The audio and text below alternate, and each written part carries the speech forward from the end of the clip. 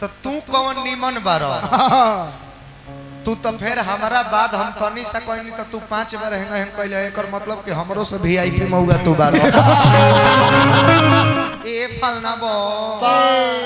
गोदवाल माने ऊ भाव में मगन हो जाता बुझाता कि खास नेटुए के लड़का हो एक नंबर के कलाकार बस साफ बुझाता कि नेटुए आइल बे जब नाचहू वाला कमवा तू ही उठा लेता रह हां आ खूब नाचिए देब त एकनी के मार्केट खा जाइबो ई ओरिजिनल है सा हां एकनी के बर्न ठिलावला से लोग खुश ना होई त तारा डीकी हिलावला से केहू खुश हो जाई बढ़िया गीत बाजल है हां रखले बारू पांव भर अही लौले बारू गांव भर इसी गीत सेट करता हमरा नचनिया में हां नचनिए पर बाकी नचनिए पर सेट करे पर दुमन जी पर अगर फिट बैठावल जाता तो दोसर चेंज करे के पड़ी इनका खातिर गावे के बगैर कि रखले मारे किलो भर हिलौले बारे जिलो भर बहुत ही सुंदर सुंदर गीत संगीत प्रदुमन परदेसी जी द्वारा प्रदर्शित अरवा सब देखा नहीं अपना मन तो ठीक है गावत रे माने हम कहनी है ना जानबूझ के ना केहू माली अपन बाग जरावे अपना मने प्रदुमन जी रे बहुत अच्छा गावत नहीं लेकिन सच पूछे तभी लड़की बुद्धि बारा लड़की बुद्धि ऐसे कहनी है कि हम एगो भाव में इशारा कैले रहनी है कि खइब पियब मोटइब तबे नु कुछ करब ए राजा तो ई त तनी मनी बस हम देखौनी है नहु नजर ना पड़ल होई है नहीं 3 गो 4 गो लोग देखले हो ई उठले हां तो हम का क के गरनी है जोन टोपन रहल ओकरा के पूरा ओपन क देले चारों ओरी घूम घूम के हेंगा हेंगा करत राम राम राम अरे सब देखनी है नु हां ई ना कहते तो लोग ना जनित कि रोशन राज हेंगा हेंगा कइले बाड़े बाकी ई कह के जनवा देले काहे खातिर काहेला कि रोशन राज के हम जितना शिकायत क दी हां हम इनकर नामो धरे गर नहीं है सुमिरन में ना ननु ना बाकी हमरा के मौगा कहत रे त का कहत रे कि हई काम जज के ह त हई छतरी के ह हई लइकन के ह हई चंदन लगावे के ह आ हई मौगाई करे के हां कहले हन हां जी अच्छा ठीक बा मननी कि हम मौगाई करे में निकाल दी हनी हां तो तू कौन निमन बारो तू तो फिर हमारा बाद हम तनी सा कोई नहीं तो तू 5 बार हेंग हेंग कहले एकर मतलब कि हमरो से वीआईपी मौगा तू बारो वीआईपी मौगा एगो जोक हम पढ़ले रहने कि एलआईसी वाले भी गजब गजब का कहर ढाते हैं ये एलआईसी वाले भी गजब का कहर ढाते हैं बीबी के सामने बैठ के और उसके पति का मौत का फायदा बताते हैं कि अभी रवा हाथना जमा करता नहीं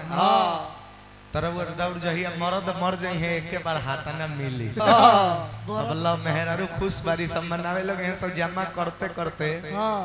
साल 2 साल बीती तक कहीं से नतिया मरियो नहीं खे जात कि हम एक बार हाथना पैसा बिटोर ले जब जब झगड़ा होई न त एलआईसी पर ध्यानवा जाई कि हैरान क के रखले बनतिया के बेटा मर जाई त एकरो से छुटकारा होई हाथना पैसा बिटोरा जाते तो देखिए प्रदुमन जी राउर लड़ी बुद्धि हमें ही से कहनी है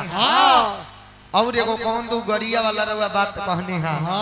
कि भूत उखाड़त रहस रोशन जी कहत कि गरिया लेब त लड़िया लेब देख ई कुल है प्रोग्राम में कहे वाला चीज ना हम त जे कहनी है ना एकर मतलब कि तारा लगे बात बाना आ तू सोचा तरह के हमर गौनई केंगो नीमन होखो आ तू अपन जमावे के फेर में नहीं खो तू सोचा तरह कि तोहर जमे चाहे मत जमे रोशन राज के केंगा बिगड़ जाओ तो बिगड़ जाए लहरी अरे तहनिए के दवाई खा के तोनिए के मारो ऐनी हम पूर्व के ओर से हाँ घर के तोर सामानवा समाना आ फिर कहत रहे कि गोदवाई ल ना हो फिर इशारा कइले हैं हाँ आ कहत रहे कि रोशन बहु गोदानवा गोदवाई ल ना हो। अब बिलीन का लेकिन एगो तो चीज बा भैया हाँ मने भाव जवान करता नु हाँ ए रोशन बो ए फलना बो गोदवालो माने ऊ भाव में मगन हो जाता बुझाता कि खास नेटुए के लड़का हो लेटुआ के आ देखी कलाकार के मतलब ये होके के चाहिए हाँ कि जब गोदना के वही सब के चीज होला हाँ गोदना लगी तो गोल तब बुझाता एकदम नेटुए हो हाँ पचरा ऐसा गावो कि साफ बुझाए कि दुसाध के लड़का हो हाँ आ कोनो मंत्र ऐसा बोलो हाँ और श्लोक ऐसा बोलो कि बुझाए कि एकदम ब्राह्मण के लड़का हो कलाकार के मतलब ये भाई हाँ एक नंबर के कलाकार बस साफ बुझाता कि नेटुए आइल बे कलाकार तो बोलो लही मानी लो लेकिन देख हमरा के मौगा मत कहबे हाँ हम तारा के कई बेरा मौगा ओले बनी के हमरा के मौगा कह बोला बोला नहीं बाउ ए पर हम खिसिया जाए ए पर हम खिसिया जाए हाँ नीमन बाउर हमरा सोझना अपन गौनई जतना जमा के जमा हो हाँ ना त आई तारा गोलवा में हाँ इतना दिमाग हमारा सनकाया है ये हाँ हाँ मन तो करता कि जाई तारा गोलवा में हाँ एगो माला पहना के 50 गो रुपया दे के फिर अपन गावे में लग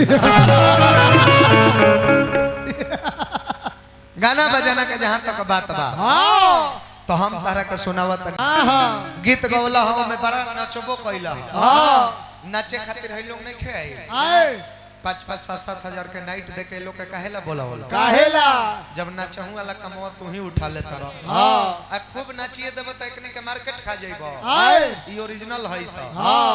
एकनी के बर्नट हिलावला से लोग खुश ना होई त तारा डीकी हिलावला से केहू खुश हो जाई